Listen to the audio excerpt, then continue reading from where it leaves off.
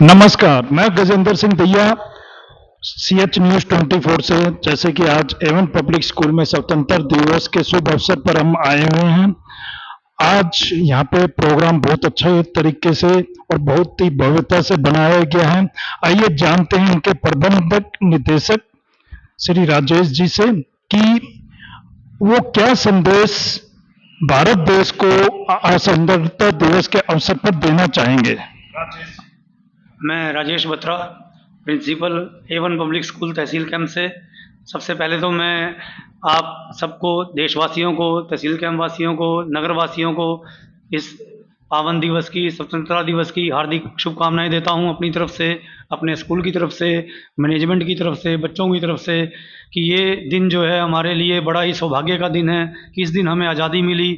हमारे सैकड़ों वीरों की कुर्बानियों से आज हम यहाँ बैठे हैं, आज़ाद भारत में सांस ले रहे हैं, तो ये उन्हीं की बदौलत है। लाला लाजपत राय, हमारे सुखदेव, राजगुरु, भगत सिंह, अनेकों वीरों की कुर्बानियों से हमें आज आज़ादी मिली है, तो हम आज आज़ाद भारत में सांस ले रहे हैं। उन्हीं की बदौलत मैं उन वीरों को नमन करता हूँ कि उन वीरों ने अपनी कुर्बानियाँ दे करके हमें आज़ादी दिलवाई और आज हम इस आज़ाद भारत में सांस ले रहे हैं। मैं, जैसे कि आपने कहा आजाद भारत में हम सांस ले रहे हैं, थोड़ा सा मैं आपसे कुछ एक क्वेश्चन करना चाहूंगा राजेश जी। जैसे कि आप अभी देखने लग रहे हैं बांग्लादेश के मामले में, बांग्लादेश में अभी तख्ता पलट हुआ है, तो उसके बारे में और उसके साथ साथ पाकिस्तान के साथ साथ भारत के मामले में भी इसमें क्या परिवर्तन आएगा, क्या इनके बारे में आप कुछ जानकारी देना चाहेंगे। बड़ा ही दुर्भाग्य का विषय है कि बांग्लादेश में ऐसी स्थिति पैदा हो गई है कि वहाँ तख्ता पलट हो गया। शेख हसीना जी कई वर्षों से चल रही थी और एक छोटा मुद्दा आरक्षण का, जो कि वहाँ पर आग फैला गया और वहाँ पर जो है तख्ता पलट एकदम से हो गया और गृह युद्ध की स्थिति बन गई।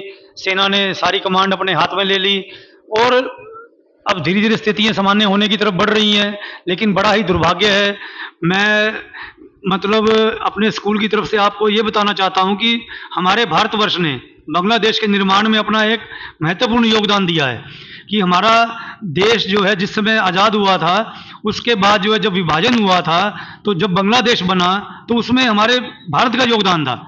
और आज वहाँ पर हिंदुओं के साथ जो अत्याचार हो रहा है, जब से ये मुद्दा चला है, बांग्लादेश के अंदर कहानी चली है तख्ता पलट की, तब से हिंदुओं पर जो अत्याचार हो रहा है, पीछे मैं अभी न्यूज़ में सुन रहा था, माँ इस्कॉन मंदिर के पुजारी के साथ बड़ा ही दुर्भाग्यपूर्ण उन्होंने बर्ताव किया और भी हिंदुओं के साथ बड़ा ही दुर्भाग्यपूर्ण बर्ताव चल रहा है वहाँ पर, और तरह तरह के बयान दिए जा रहे हैं और वहाँ की बहू बेटियों पर और अत्याचार हो रहे हैं।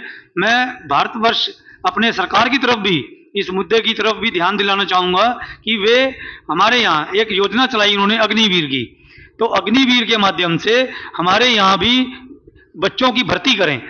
अग्निवीर जो है बड़ी अच्छी शानदार योजना सरकार के द्वारा चलाई गई है कि 4 वर्ष के लिए बच्चों को सेना में भर्ती किया जाता है, उनको पे भी दी जाती है, सब काम किए जाते हैं उनके साथ, और हमारा जो आज का बच्चा है वे भी प्रेरणा ले, इस घटना से सबक ले कि मुझे सेना में भर्ती होना है, ताकि देश के ऊपर यदि कोई ऐसा संकट आता है, भगवान ना करे ऐसा कोई संकट आता है, तो हमें तुरंत सेना की आवश्यकता पड़ेगी। सेना तुरंत कहाँ से लेकर आएंगे हम, तो एकदम से जो सेना की भर्ती की आवश्यकता पड़ेगी। उसके लिए हमारे बच्चों को जागरूक होना होगा और ये अग्निवीर जो योजना सरकार के द्वारा चलाई जा रही है, इस अग्निवीर की योजना में शामिल होना होगा बच्चों को और देश की सेवा के लिए तत्पर रहना होगा और इस अग्निवीर बनना होगा बच्चों को। 4 साल के लिए भर्ती हो, सेना में भर्ती हो। मैं तो अपने माध्यम से, स्कूल के माध्यम से सब बच्चों को जो हमारे सेना में भर्ती होने लायक हैं, सेना में इंटरेस्ट रखते हैं, सभी को लेना चाहिए, सभी को इस योजना में भाग लेना चाहिए और हमारे देश की सेना में शामिल होना चाहिए। भगवान ना करे ऐसी स्थिति पैदा हो तो हम ताकि तत्पर रहें। जैसे अभी आप देख रहे हैं रशिया और यूक्रेन की लड़ाई चल रही है, वहां जबरदस्ती सेना में भर्ती किया जा रहा है लोगों को। हमारे सामने ऐसी स्थिति पैदा कम से कम ना हो।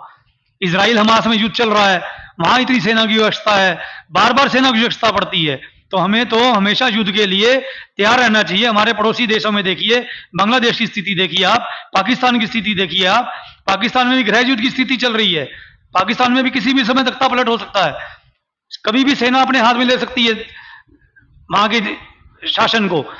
तो हमें भी सतर्क रहना है, हमें भी इन बुरी स्थितियों से सतर्क रहना है। और हमारे देश को जो एक बड़े ही कुशल नेतृत्व के अंदर मोदी जी के नेतृत्व में आज सरकार चल रही है, हमारे देश का नेतृत्व बड़े ही सेफ हाथों में है।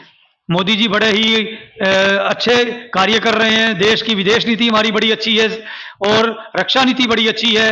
हमारे रक्षा मंत्री बड़ा अच्छा कार्य कर रहे हैं। आज किसी भी देश की इतनी हिम्मत नहीं है कि हमारे देश की तरफ आंख उठाकर दे सके। क्यों? क्योंकि हमारे देश की जो एक शासन की व्यवस्था है, हमारे गृह मंत्री अमित शाह जी, हमारे प्रधानमंत्री श्री मोदी जी और वित्त मंत्री सीतारमण जी सभी मिलजुल कर इतना अच्छा कार्य कर रहे हैं। और देश अर्थव्यवस्था में आज टॉप के कंट्रीज में आ गया है नाम उसका। और सेना के अंदर आप रक्षा पंक्ति देखिए, हमारे देश की टॉप के जो कंट्रीज हैं उनमें हैं।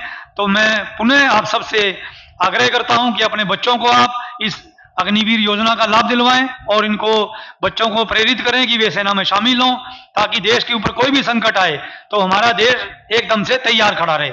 क्योंकि आज का दिन जो है स्वतंत्रता का हम जो दिवस मना रहे हैं, और हमें अपने देश को आज आज़ादी को संभालने की जरूरत है। आज़ादी मिल गई, बड़ी अच्छी बात है। आज़ादी मिली हमें, इन हमारे पूर्वजों ने, हमारे देशभक्तों ने हमें आज़ादी दिलवाई, बड़े सौभाग्य की बात है। लेकिन आज का दिन हमारे लिए ये है कि हमें अपनी इस आज़ादी को संभालना है।